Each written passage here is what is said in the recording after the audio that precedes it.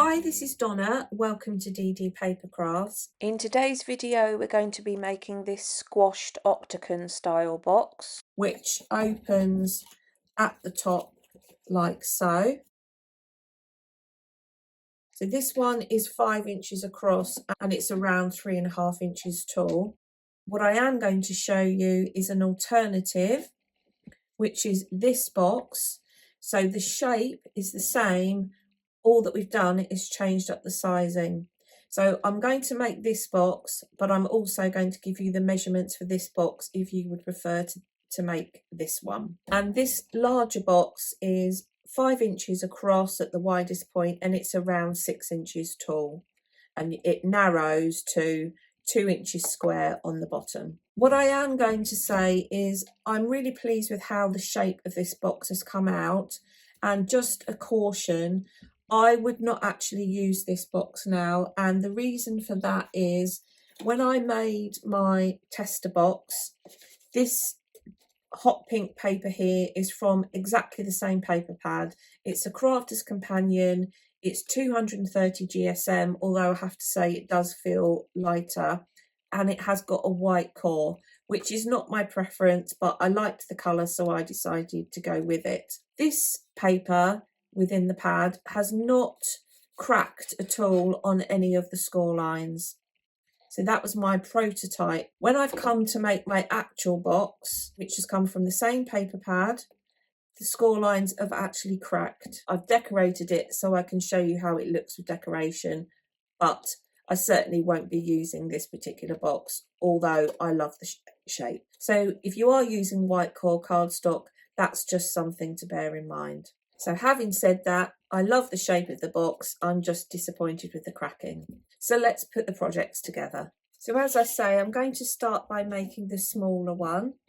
And for this, you'll need one piece of cardstock, which is the width of A4 or US letter times 8.5 inches.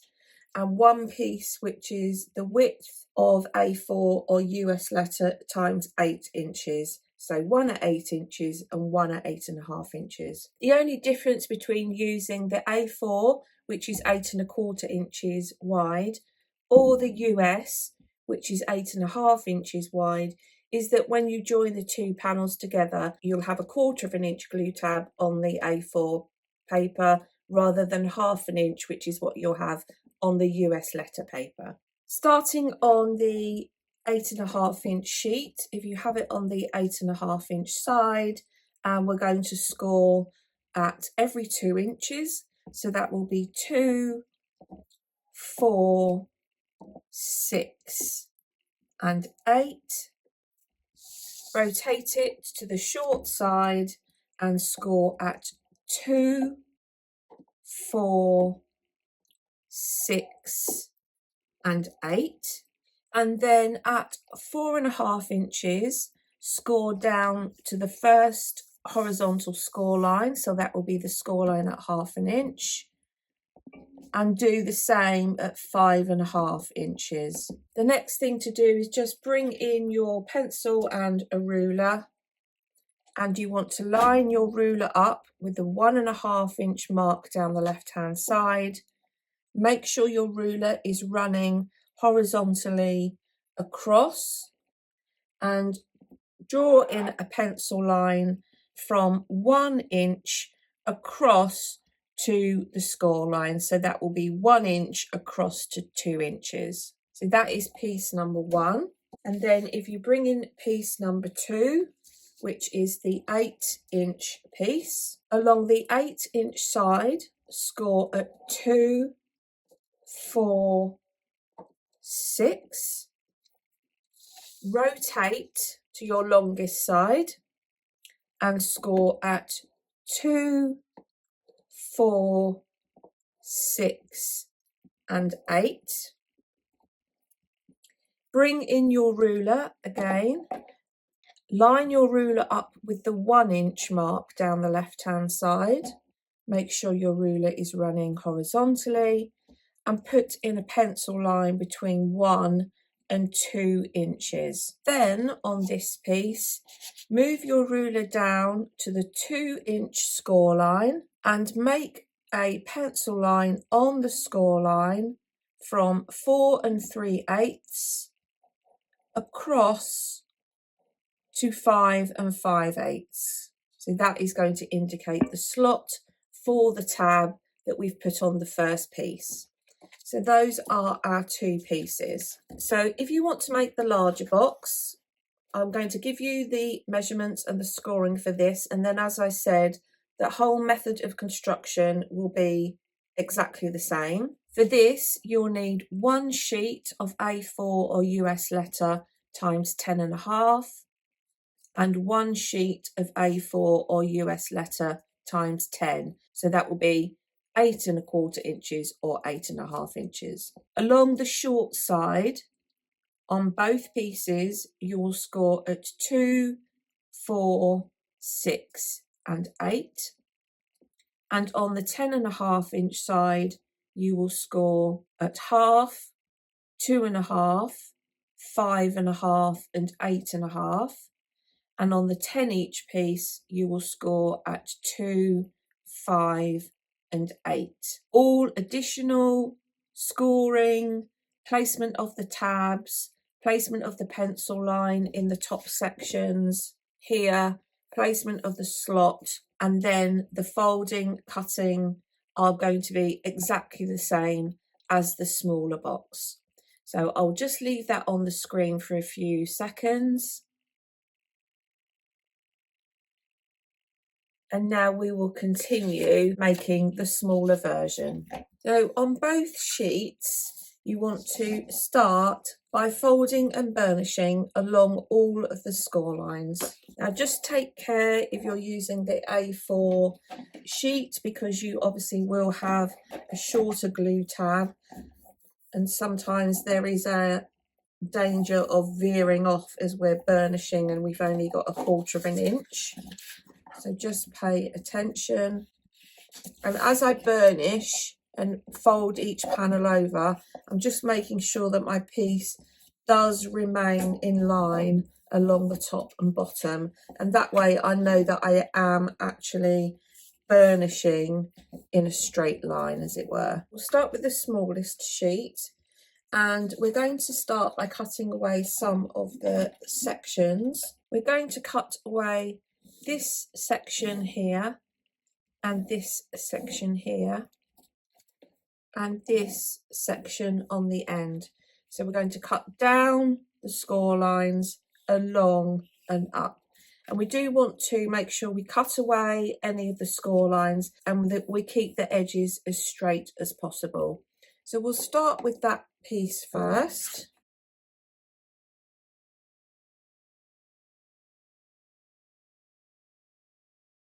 Like so. And the next thing you want to do to finish the top row is we're going to cut along this pencil line here. What I'm going to do is cut the tab, and then when I decorate, I may or may not add pattern paper on, but I will then be able to come in from the back and there will be an indication where the cut line is. So I will be able to cut through the pattern paper. So I'm just going to cut this like so. And the last thing on the top row is we want to use our craft knife to cut along the slot. We do want to make the slot wide enough that the tab, which is going to be from the same cardstock, can fit through.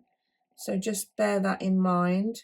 So I'm going to cut along the pencil line and then cut slightly above. So you do want to cut a slot rather than a slit. So that's my slot cut. So we've finished the top row, and I may choose to round off the corners of these. I haven't decided yet. So we'll now work on what will be the base glue tabs. So we're going to cut up each of the vertical score lines up to the horizontal. Rotate the piece. I'm going to cut up the central score line and then just take a wedge from those. And then on this piece, you want to remove the square which is opposite the square that we've cut away. So we're going to cut away this square and this square. So that's our first piece. Bring in the second piece. I'll mark the squares which are going to be removed. So we're going to remove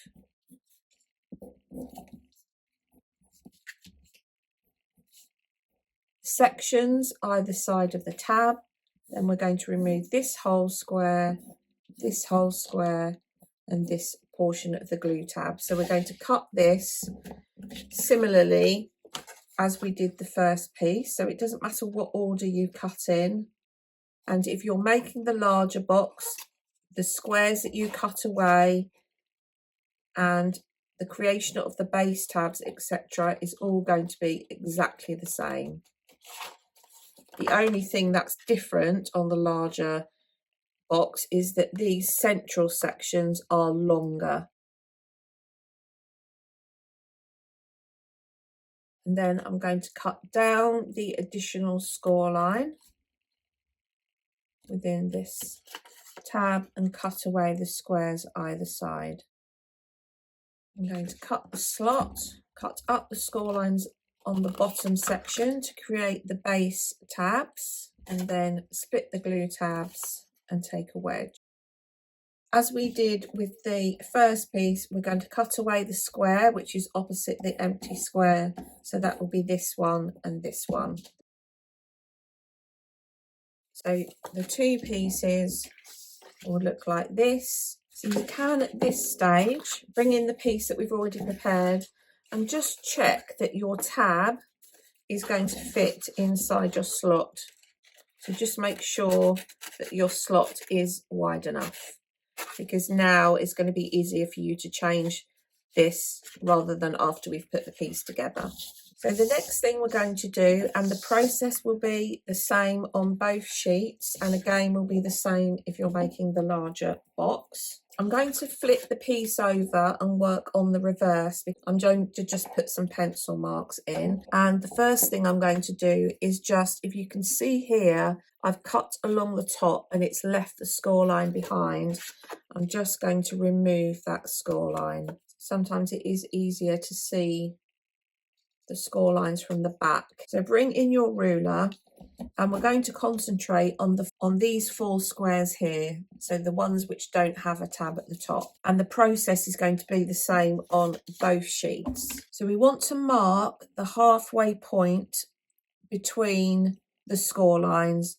So at 1 inch I'm going to put a pencil mark, and at 5 inches rotate, and now my pencil mark is going to be at 3 inches and 7 inches. So the pencil marks are halfway across the square and they are opposite each other. Do that on both pieces. And the next thing we're going to do is bring in your stylus, and we're going to score from the pencil mark down to the bottom left hand corner of that square, and then down to the bottom right hand corner, and we're going to follow that process in these 2 squares. And in the bottom squares we're going to score up to the top left and up to the top right.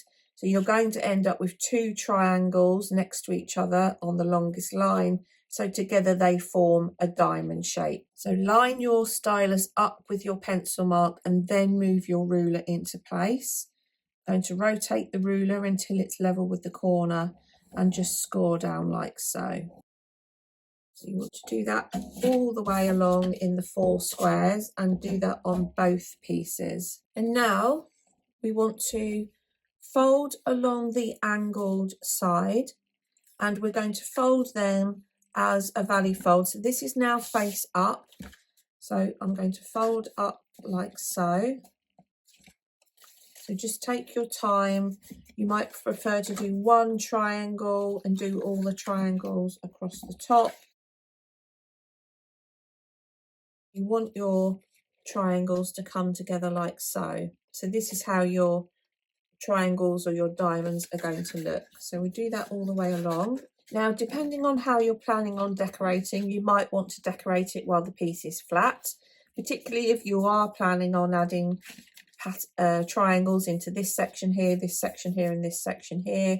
I am only going to add onto the full squares, so I can do that once the piece comes together. So just think about how you're planning on decorating, because this is how it's going to be folded. If you are going to fill in these sections, you might want to do that now. So the next thing we're going to do is put the piece together. We're going to add glue onto these two glue tabs here, and then that is going to add on to this section here. So whichever glue you're going to use, I'm just going to use some tape. So both my tabs are over to the left hand side, which means my slots and my tabs are all up at the top. So I can take the backing off of here, and ideally you want to make sure that the central score line is aligned, so that your box runs nicely around the middle. So that's the first piece, and then I'm going to fold this over, take the backing off of here and fold this section over. And again, just make sure your central score lines are aligned. So that is our piece. So if you just tuck the top tabs in towards the bottom, I'm going to flip it over and we're going to stick the base tabs together. So I'm going to start just by bringing them in and sitting them over and just making sure I don't need to cut anything away. So I'm going to add glue to the top of this one, and this is going to come across. Then I'm going to add glue to the top of this one and bring this one across, glue to the top and bring this one across. So we'll add glue onto this square here. Let's flip that upside down. So I can just go in and push down with my score tool against the base. Just try not to move any of the tabs, which is quite easy to do. And then what will happen is just squeeze the lid towards each other. These two tabs are going to slot together. Obviously, once they have got some pattern paper on, depending on what cardstock you've used, as I said, you might want to put pattern paper on. You can see now whether you need to make your slots slightly longer or not. Right, I'm just going to make this one slightly longer. So that now sits on top of one another. So this one is going to push in. This will come over the top, like so. And then this lid is going to come over and the tab will slot down in place like so. So now it's a case of decoration, and I'm going to add on 1 3/4 inch squares onto the 4 squares at the top, the 4 squares around the bottom, and I'm going to add them onto the 4 panels at the top. If you're making the larger box, your patterned paper will be 4 squares at the top if you're going to add them, which would be 1 3/4 inches square. And then for your longer side panels, these are going to be 1 3/4 times 2 3/4, and you would need 8 of those. So I'll get on with my decoration and then I'll come back. So here's the box with the decoration on it. And you can see that I added it onto all of the panels at the top, and then I recut the slots, and I did choose to round off the corners. So overall, I'm really happy with how the look of the box is, albeit I'm not happy with the cardstock that I've chosen or how the cardstock has reacted on this particular occasion. So there we have the project for today. I'll just bring in the larger one so you can just see them side by side. I love the look of that. That's giving me Easter egg. That's giving me Christmas baubles. And this one, I'm going to make some slight changes to this to turn it into a flying saucer. So there's our projects for today. I hope you've enjoyed today's video. If you haven't done so already, please consider subscribing to the channel. And until next time, thanks for watching.